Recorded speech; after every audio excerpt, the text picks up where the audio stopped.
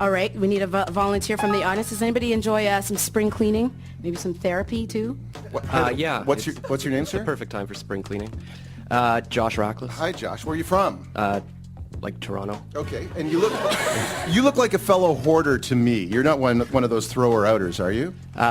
No, I do keep everything. I had a bit of a purge. My parents brought all my stuff from our home in Ottawa, and they dumped it off a full carload, and I had to sort of give it all to Goodwill, but it was very painful. Okay, well, you're going to help me deal with this pile of shoeboxes, and if you can tell a better story than me as to why I own a certain object, then I promise I will throw the object out or give it to you. Are you into it? I'm very into it. All right, let's start. Reaching into the box, I pull out the first object, and okay, this is a good one. This is a twisted fork.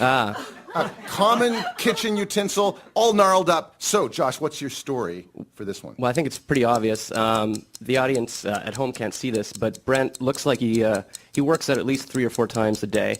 And I know he used to live out east, and he probably used his strength to catch fish with his bare hands, just for fun, because he likes to do things differently. And one day he celebrated catching a particularly large fish, and he dug into it with the fork, and the combination of the very toughness of the fish and his very brutal strength bent the fork, and he keeps that as a reminder that he must use his strength for good. That was not bad, huh? I just want to point out, though, we're dealing with one obsession at a time here, okay? So I only had 20 seconds. I had to cram them all in. Interesting tale. My story is way better, okay? Here's what happened. I was throwing a dinner party. It was different from most of my dinner parties because at the table, I had my very first vegan.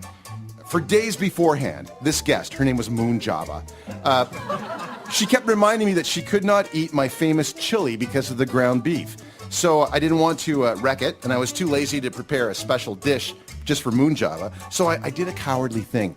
I lied and I told her that I used veggie soy ground round, and I actually used 100% ground chuck. And I watched her eat it. And I even asked her what she thought of it. She said it was delicious. I know.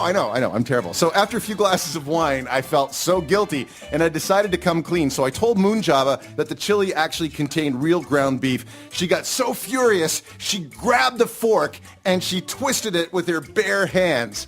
And that is the fork you see before you right now. Who knew vegans were so strong? So audience, which story was better? Cheer for your favorite. First, the one told by our gentleman over here.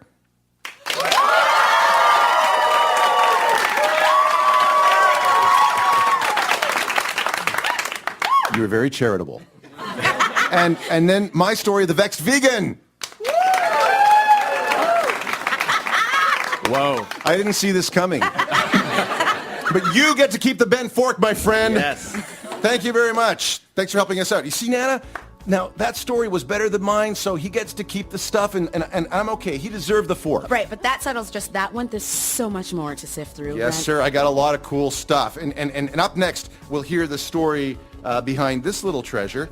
You're going to love this. It's a police mugshot of me. Yeah, we'll get to that great story in a couple of minutes as we continue cleaning out the closet.